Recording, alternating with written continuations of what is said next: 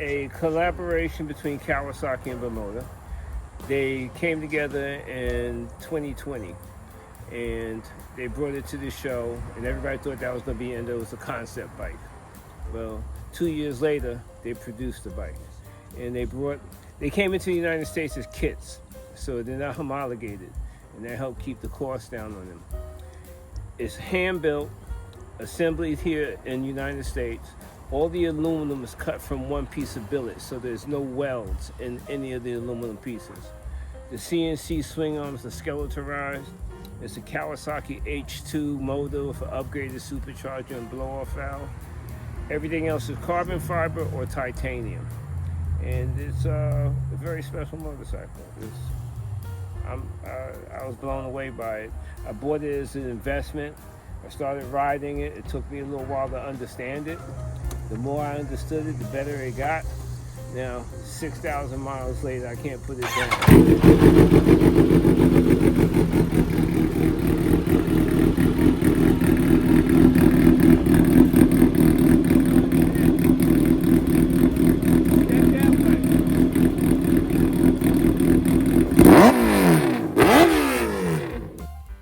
Key elements: Kawasaki supercharged H2 motor with an upgraded supercharger and blow-off valve.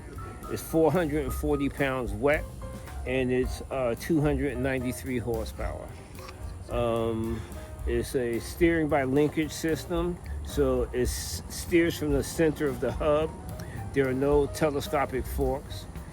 Both of the shock absorbers for both swing arms are stationed behind the engine, and it's run through a linkage system. The bike doesn't dive under braking. It doesn't squat under acceleration. So tracking through a corner or anything like that is just throttle manipulation and rear brake, and you don't have any chassis upset or anything like that. Well, I bought it in 2022. Yeah, that's the number 9 of the 250 they made worldwide, but that's an SP edition. They only made 6 of those. So it's 1 of 6. It's number 4 of the 6. How much does something like this cost? Well, the SPs, they're in that 85 to 95 range if you can find one. I've turned down 90 for it. You know, a guy offered me 90. I was like, no. 90,000? Yeah. I mean, if it was homologated, right? You raising your hand. You said, yo, he's game. Right? If it was a homologated bike, it'd be $130,000 all day long. You know? But the fact that they bring it in as a kit, they don't have to pay those extra fees and all that stuff. So that helps to keep the price down. But technologically and craftsmanship, you're looking at $150,000 all day long if it was homologated. I mean, I sit, especially when I put it in the living room during the winter time, a lot of times I'll just sit on the floor in front of it and drool just looking at it. It's just like, it's everything that you look at the meticulous craftsmanship that these people put into this. And I've been a, what do you call it, a street corner preacher to motorcyclists. I almost died a couple of times, but in '82 I had a real bad one.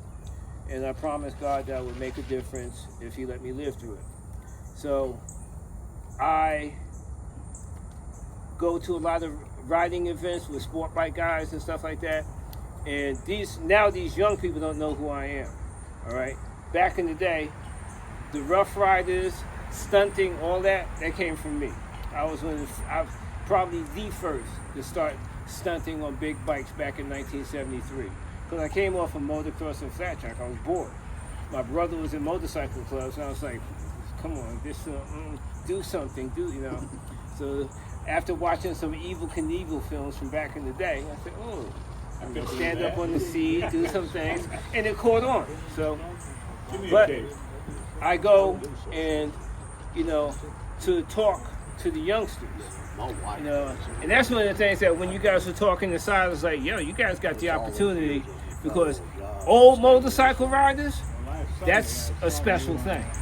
Okay? Old motorcycle riders that stand up and still ride, that's a very special thing.